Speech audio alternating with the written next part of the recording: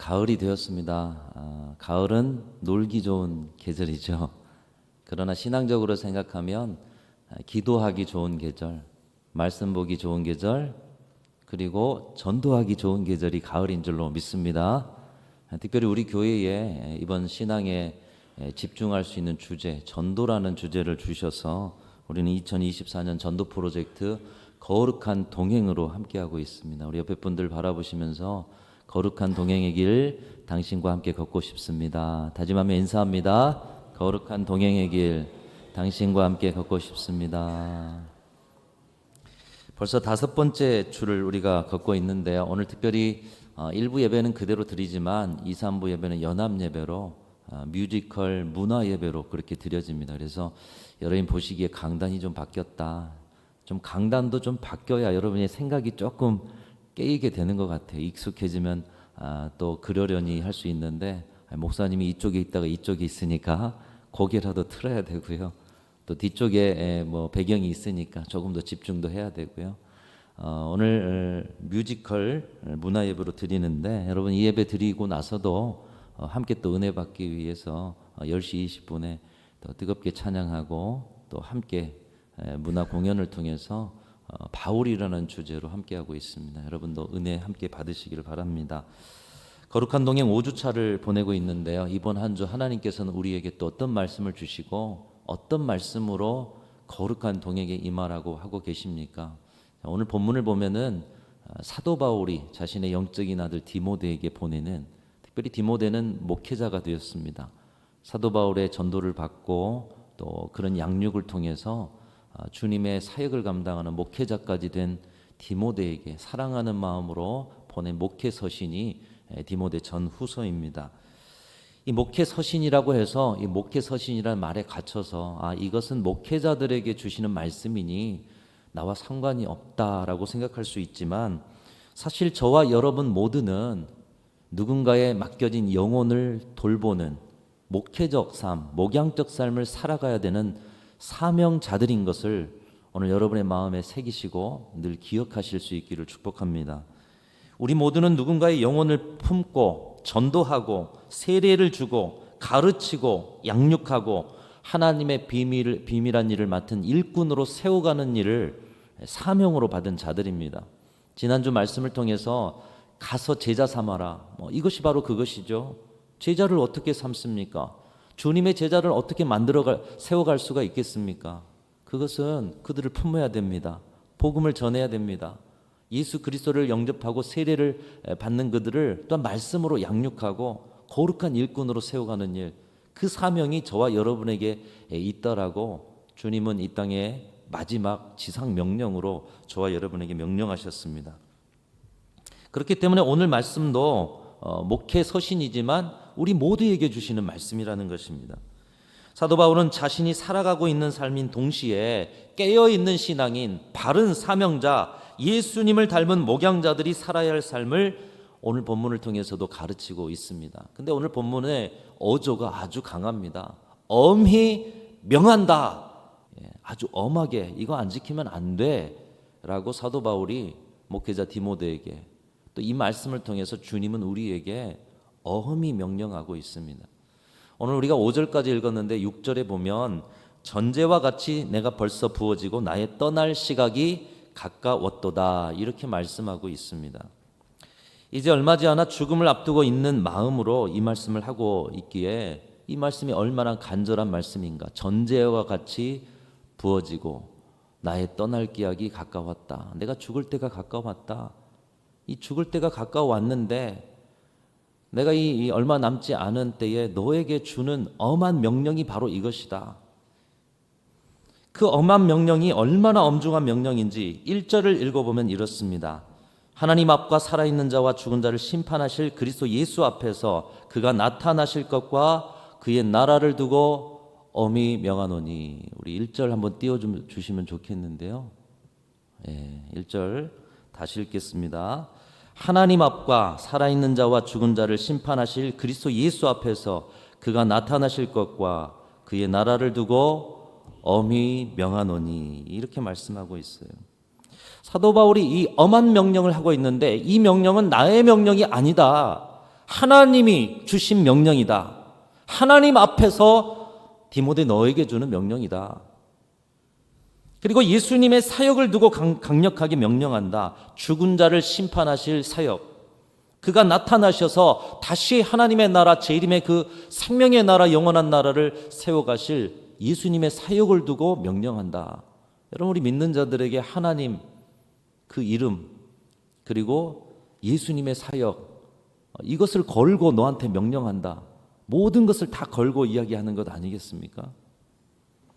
하나님의 권위, 예수님의 사역의 무게로 명령하고 있는 것입니다. 하나님의 이름을 걸만하고 예수님의 사역을 걸만할 명령이 무엇인가? 오늘 2절에 말씀하고 있는데요. 우리 2절 같이 읽겠습니다. 같이 읽습니다. 시작. 너는 말씀을 전파하라. 때를 얻든지 못 얻든지 항상 힘쓰라. 범사의 오래 참음과 가르침으로 경책하며 경계하며 권하라. 여기서 오늘 말씀의 포인트가 있죠. 너는 말씀을 전파하라는 것입니다. 그리고 5절에도 보면 전도자의 직무를 다하라 이렇게 말씀하고 있는 것이에요. 때를 얻든지 못 얻든지 이 일에 항상 힘쓰라. 이 일을 두고 내가 하나님의 권위로 명령한다. 내가 예수님의 사역을 두고 명령한다. 이렇게 말씀하고 있습니다. 여러분, 오늘 저와 여러분에게도 주시는 말씀입니다. 그냥 던지는 말 해도 되고 안 해도 되는 말씀이 아니에요. 하나님의 이름 걸고 예수님의 사역을 걸고 우리 믿는 자에게는 이게 전부지 않습니까? 이게 가장 우선이지 않습니까? 이거보다 더 앞설 수 없지 않습니까? 근데 이것을 걸고 엄히 명하는데 말씀을 전파하라는 것이에요. 전도자의 직무를 다하라는 것이에요. 이 일을 때를 얻든지 못 얻든지, 내가 조금만 더 공부하고 내가 조금 더 전도할 수 있는 용기가 생긴 다음에, 아니 내가 바쁜 일이 조금 조용해지면 내가 생각하는 때, 아니요, 때를 얻든지 못 얻든지 이 전도자의 직무를 다하고 말씀을 전파하는 것이 하나님의 이름의 권위를 두고 그리고 예수님의 사역의 무게를 두고 너에게 명령한다. 이렇게 말씀하고 있는 것입니다. 이 때를 얻든지 못 얻든지라는 말을 깊이 생각해 보면 참 흥미롭습니다. 여러분, 때를 얻든지 못 얻든지 해야 하는 일들을 보면 한 가지 특징이 있어요. 우리가 배를 타고 가다가 무인도에 표류했다고 생각해 보십시오. 먹을 것이 없어요. 여러분, 먹을 것이 없는데 배가 너무 고파와요. 하루가 지나고 이틀이 지나고 며칠이 지나요. 배가 고파서 죽을 지경입니다. 여러분, 배가 고파서 죽을 지경이면 어떻게 해야 되죠? 때를 얻든지 못 얻든지 바다에라도 들어가서 뭐 열매라도 따먹든지 내 배고픈 배를 채워야 할 것입니다. 운전을 하고 가는데 눈꺼풀이 천근만근이고 깜빡 졸기도 합니다. 그럴 때면 어떻게 해야 됩니까? 아무리 목적지에 가는 것이 바쁘더라도 때를 얻든지 못 얻든지 빨리 졸음 쉼터라도 휴게소라도 가서 잠깐이라도 눈을 붙여야 하는 것이에요. 고속버스를 탔는데 조금 가다가 아랫배에 신호가 옵니다. 참을 만큼 참았지만 더 이상 참을 수 없다면 때를 얻든지 못 얻든지 그 고속버스를 멈추고라도 일을 봐야 하는 것이죠. 이 때를 얻든지 못 얻든지 해야 할 일들을 보면 인간의 기본적인 생존과 관련된 것입니다. 먹지 말라 한다고 먹지 않을 수 없고요. 자지 말라 한다고 자지 않을 수 없고요. 화장실 가지 말라 한다고 가지 않을 수 없는 것입니다. 참아보려고 해도 결국 때를 얻든 못 얻든 해야 할 때가 온다라는 것입니다. 그거 하지 못하면 병든 거 아니에요? 여러분, 야성을 잃은 교회들 한 세 교회 정도 소개하겠습니다. 야성을 잃은, 역사 속에 야성을 잃은 대표적인 세 교회. 첫 번째로 저는 야성을 잃은 교회 중에 한 교회가 초대 예루살렘 교회라고 생각합니다. 예루살렘 교회는 마가의 다락방에 성령 충만함을 받은 그 성도들이 성령 충만을 받으니까 주체할 수 없어서, 여러분 지금 전도합시다, 뭐 작정서 냅시다, 성령 충만 받으면 주체할 수 없는 거예요. 주체할 수 없어서 예루살렘 행각에 나가서 복음을 전합니다. 말씀을 전합니다. 그 말씀을 듣고 성령의 역사 가운데 어찌할꼬 돌아온 많은 영혼들, 성도들, 성령 충만 받은 성도들과 회개한 성도들이 함께 이룬 교회가 초대 예루살렘 교회였습니다. 이 초대 예루살렘 교회는 지금까지도 많은 교회들이 모범으로 생각하는 교회죠. 그래서 그 교회로 돌아갑시다. 초대 예루살렘 교회처럼 우리도 그런 교회 만듭시다. 이상적인 교회, 모범적인 교회. 그들이 어떤 모범을 보였습니까? 먼저 성령 충만했죠. 말씀을 곳곳에서 상고하게 열심을 냈습니다. 그리고 오늘 이 땅에서 이룰 수 없는 유무상통의 아름다움, 가난한 자, 연약한 자, 또 도움이 필요한 자, 자신의 재산을 다 내놓고 핍박과 환난 속에서도 그 일들을 믿음을 지켜낼 수 있고 교회를 지켜낼 수 있도록 그렇게 나누며 사는 교회, 초대 예루살렘 교회. 여러분, 그러나 예수님께서 그들에게 주셨던 명령과 약속은 무엇이었습니까? 그들이 교회를 이루기 위해서 성령께서 그들에게 하신 일이 무엇이었습니까? 주님은 이렇게 말씀하셨어요. 오직 성령이 너희에게 임하시면 너희가 권능을 받고 예루살렘과 온 유대와 사마리아와 땅끝까지 이르러 내 증인이 되리라, 이렇게 말씀하셨어요. 이것은 약속인과 동시에 명령이었습니다. 가서 증인으로 살아라. 예루살렘과 온 유대에만 머물지 말고 사마리아와 땅끝까지 복음 전하며 살아라, 이렇게 말씀하셨어요. 근데 초대 예루살렘 교회는 어떻게 했습니까? 유대인들에게 복음은 전했을 거예요. 그렇기 때문에 환난과 핍박은 있었죠. 그러나 그들은 유대인이라는 경계를 넘지 못했습니다. 그러자 그들에게 환난과 핍박이 강하게 일어나고 그 고난으로 성도들이 이방인 지역인 사마리아와 여러 지역으로 흩어졌던 것이죠. 그리고 그렇게 흩어지게 하셔서 하게 하신 일이 뭐냐? 또다시 전도였던 거예요. 여러분, 몇 주 전에 전도자 빌립에 대해서 배우지 않았습니까? 고난받고 환난받자 흩어진 성도들, 그것 가운데 빌립이 사마리아 성에서 복음을 전하기 시작해요. 이방인들에게도 복음이 전해지는 건가?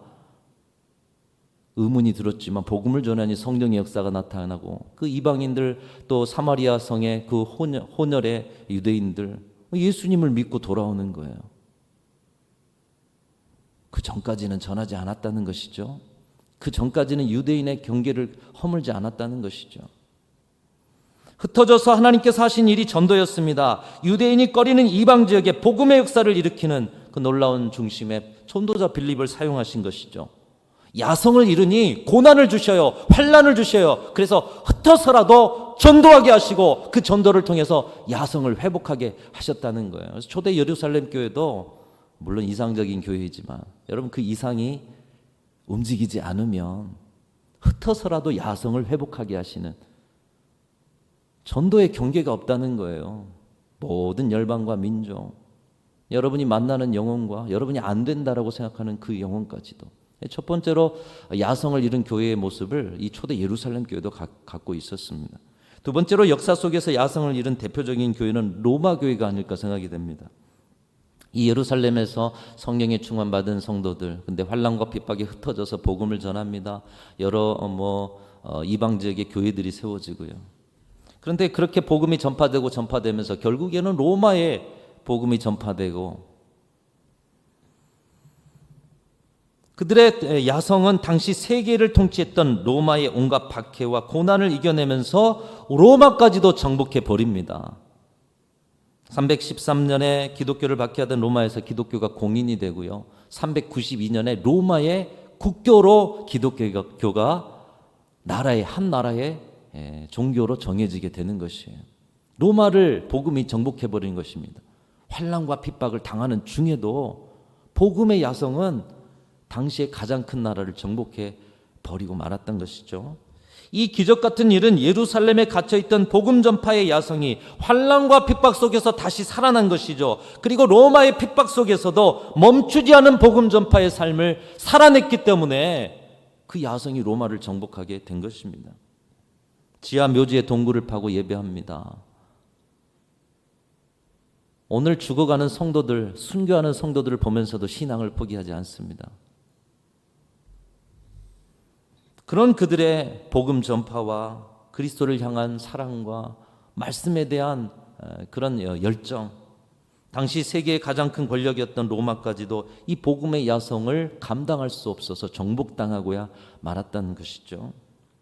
그렇게 로마의 국교가 된 기독교는 이제 국가적인 역량을 가지지 않았습니까? 세계를 제패한 로마인데 이 로마의 국가적인 역량을 가지고 온 세계를 복음으로 정복할 책임이 로마 교회에 있지 않았습니까? 그러나 로마의 기독교는 예수님의 지상명령의 성취를 위해서 아무 노력도 하지 않습니다. 알프스 산맥을 넘어서 북유럽으로 가면 광활한 선교지가 있었음에도 그들은 따뜻한 지중해 해변에서 안락한 신앙생활을 하고 있었던 것입니다. 그래서 지금의 유럽에 많은 성당들이, 웅장한 건축물들이 세워지고요, 종교적 예식들은 화려해지고요, 선교적 열정은 좀처럼 일어나지 않은데 말씀에 대해서 여러 이야기를 하면서 말씀이 관념화되고 결국에는 우리가 흔히 말하는 중세의 암흑기라는 시대, 세상을 어둡게 만드는 시대가 되어버리지 않았습니까? 그것이 로마 교회가 한 일이에요. 복음 전파가 아니라 세상을 어둡게 한 일. 결과적으로 AD 410년에 로마는 북쪽 야만족인 비시고트족, 오스트로고트족, 반달족 이런 이방인들의 침략을 받았어요. 이방인들은 하나님을 섬기지 않아요. 그리고 그 침략으로 로마는 환난과 핍박을 당합니다. 로마 교회는 흩어져요. 그들의 평화는 깨졌고 교회는 또다시 흩어졌습니다. 이교도들에게 복음을 전하지 않으니 오히려 이교도들이 기독교 국가를 침입함으로 흩어지게 하시고 억지로라도 흩어져 복음을 전하게 하신 것입니다. 여러분, 우리가 복음 전하지 않으면 하나님의 어떤 방법이 임할지 몰라요. 예루살렘 교회가 환난과 핍박으로 흩어져 사마리아와 온 세상에 복음 전파했고요, 로마 교회를 또 흩으셔서 이교도 지역에 복음 전파의 일들을 일으키신 것이죠. 여러분, 복음 전파는 어떤 상황에서도 멈춰지지 않습니다. 보십시오. 예루살렘에 머물러 있던 복음을 흩으셔서라도 복음 전파는 계속됐고요, 로마 교회에 머물러 있던 복음을 흩으셔서라도 이교도 지역에 복음을 전하게 하신 하나님, 복음 전파는 멈추지 않아요. 그 누군가를 통해서 계속됩니다. 그게 주님의 열정이요, 천년을 하루같이 일하고 계시는 주님의 사랑 아닙니까? 그러나 개인이나 교회나 국가가 예수 그리스도의 지상명령을 간과하면 단순히 주님의 명령을 따르지 않는 것으로 끝나는 것이 아니라 개인은 축복을 상실합니다. 교회는 무기력해집니다. 민족은 쇠퇴기에 접어드는 것이에요. 여러분, 대한민국을 위해서 기도할 때 복음화를 위해서 기도하셔야 되는 거예요. 지금 충분하다 생각하시면 안 돼요. 순천의 복음화가 30%? 그럼 나머지가 70% 아닙니까? 안 믿는 분들이 70% 아닙니까? 세 번째로 역사 속에 야성을 잃은 교회는 쇠퇴해져가는 대부분의 교회들, 오늘날의 교회들이겠지만 특별히 우리가 요즘 많이 재료로, 교보제로 사용하는 교회가 유럽 교회들입니다. 유럽 교회만 이렇게 이야기할 게 아니죠. 우리 한국의 현실을 우리는 똑똑히 주셔야 됩니다. 근데 유럽 교회의 예를 들자면 그 중에 하나가 위그노 교회, 프랑스의 기독교, 프랑스의 개신교. 당시 유럽의 각국들은 국가 종교, 우리 종교는 카톨릭이냐, 개신교냐 이런 것들이 이제 정해지는 그런 역사적인 시기였고요. 프랑스 내의 위그노에 대한 탄압에 대해서 영국은 위그노를 지원하고 스페인과 이탈리아는 카톨릭을 지원하는, 그래서 프랑스라는 나라는 이 종교 때문에 30여 년 동안 전쟁이 계속되었다는 거예요. 종교 전쟁이. 이것이 싸움으로 번졌지만 이걸 종식시킨 것이 1598년 앙리 4세에 의해서 낭트 칙령, 이 낭트라는 곳에서 위그노들의 신앙의 자유를 보장한다. 그런데 그 후에도 100년 이상 계속해서 학살이 진행됩니다. 우리 믿는 자들이 환난과 핍박을 당해요. 그리고 1792년 프랑스 혁명 이후에나 신앙의 자유를 얻게 되는 이 프랑스, 우리는 프랑스 하면 지금은 너무나도 세속화된 나라. 근데 그 안에도 본질적인 신앙에 몸부림을 치는 신앙인들이 있었다. 종교개혁 성지순례가 바로 이런 것을 보고 오는 것이지, 유럽의 대단한 것을 보면서 나 유럽 갔다 왔다 이걸 이야기하고자 하는 것이 아니에요. 그들은 엄청난 박해 속에서도 갈대밭 밑에 토굴을 파고 숨어서 신앙을 지켰다는 거예요. 죽음을 면하기 위해서 갈대 밑에다 토굴을 파요. 말씀을 들으려고 광야로 나가서 말씀을 듣고 말씀을 읽는 것이 들키기라도 하면 안 되니 누구는 보초를 서고 누구는 말씀을 읽고. 여러분, 오늘 우리는 얼마나 행복한지 모르겠어요. 박해에 밀려서 다른 유럽 지역으로 밀려간 위그노들은 다른 나라에서 또 복음을 전하였다는 것입니다. 프랑스 개신교 역사도 환난과 핍박 속에서 끊임없이 말씀에 집중하고 복음 전파의 삶을 살아내는 신앙의 야성이 그들에게 있었다는 것이에요. 그런데 문제는 무엇이냐? 그렇게 온갖 박해 속에서 수백 년 동안 학살을 당하고 죽음을 당하면서 신앙을 지켜낸 믿음의 선배들의 세워진 그 교회, 지금은 어떠냐는 거예요. 후손들은 지금 그 신앙을 어떻게 지켜오고 있느냐는 거예요. 심각한 것은 목숨 걸고 신앙을 지켜온 위구노의 후손들은 과거에 엄청난 박해를 기억하는 사람들이 거의 없고요. 프랑스 개신교 교회는 텅텅 비어가고 있다는 것이에요. 그래서 이 건물세를 내기도 힘드니 이 건물을 팔아버리거나, 파니까 뭐가 돼요? 술집이 되고요, 나이트가 되고요. 뭐 지금 우리나라의 현실 속에도 그런 교회들이 있어요. 지금 이슬람 사원이 되고요. 그리고 유럽의 뭐 관광지가 되어서 그 세를 가지고 교회 유지하고요. 여러분, 오늘날 한국 교회는 어떻습니까? 또한 우리 교회는 어떻습니까? 신앙의 야성을 잃어버리면 그 개인과 공동체와 민족의 미련은 어떻게 된다는 것을 역사가 가르쳐주고 성경이 가르쳐주고 있습니다. 오늘날 우리의 신앙의 자리를 한번 점검해 보기를 바랍니다. 여러분, 우리를 흩으시면 여러분이 하나님이 흩으신 그곳에 가서 말씀을 묵상하고 교회를 세우고 또 다른 영혼을 품고 그들의 영혼을 주님 앞에서 사명자로 세우기까지 그 삶 살아내실 수 있으십니까? 우리는 증인이에요. 제자 삼으라 말씀하셨어요. 어디나 던져놔도 그 삶 살아가야 돼요. 그 삶을 살려면 어떻게 해야 됩니까? 내 안에 신앙의 야성이 있어야 되는 거예요. 내가 그 삶을 살아낼 수 있는 훈련이 돼야 되는 거예요. 근데 우리는 어떠냐는 거예요. 이 야성이 여러분에게 있느냐는 거예요. 오늘날 우리는 환경 탓을 많이 합니다. 특별히 우리 순천중앙교회는 이제 탓할 환경들이 점점 많아지고 있어요. 주변에 상가들도 비어갈 상가들도 보이고요. 그러나 환경이 우리를 살리는 것이 아니라 신앙의 야성이 우리 교회의 미래를 보장하는 줄로 믿습니다. 우리 안에 야성이 있으면 살아나는 거예요. 근데 우리 안에 그것이 있느냐는 거예요. 사도 바울은 사랑하는 아들이요 젊은 목회자인 디모데에게 엄히 명령합니다. 너는 말씀을 전파하라. 때를 얻든지 못 얻든지 항상 힘쓰라. 환경이 문제가 아니라는 거예요. 전도, 선교, 그것을 통한 살아있는 내 신앙, 그 살아있음을 가지고 목회하고 살아있음을 가지고 신앙생활해라. 야성을 가져라. 사랑하는 성도 여러분, 우리가 지금 전도 프로젝트 거룩한 동행을 하고 있습니다. 뭘 해라 마라 귀찮고 뭐 아니면 참 자신감이 없고 여러 가지, 그걸 다 내려놓고요. 난 정말 어디나 던져놔도 내 신앙과 또 그곳에서 복음을 전하고 교회를 세워갈 살아있는 야성이 있는가, 이곳 점검하시고 그 야성 없으면 결국 어떻게 돼요? 죽어요. 나도 죽고 교회도 죽어요.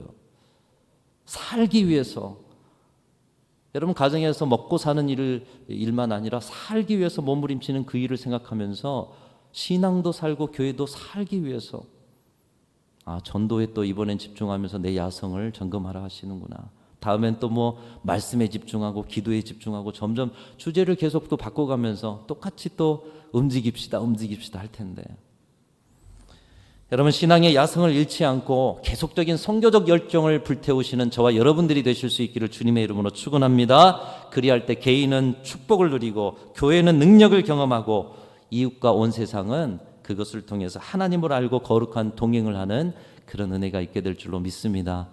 이번 남은 기간을 통하여서 다시 한번 살아나는 저와 여러분의 신앙의 야성이 불타오르는 우리 순천 중앙교회가 되어지게 될 줄로 믿고 함께 동참하고 또 선한 열매 거둬가시는 저와 여러분들 다 되시기를 주님의 이름으로 축원합니다.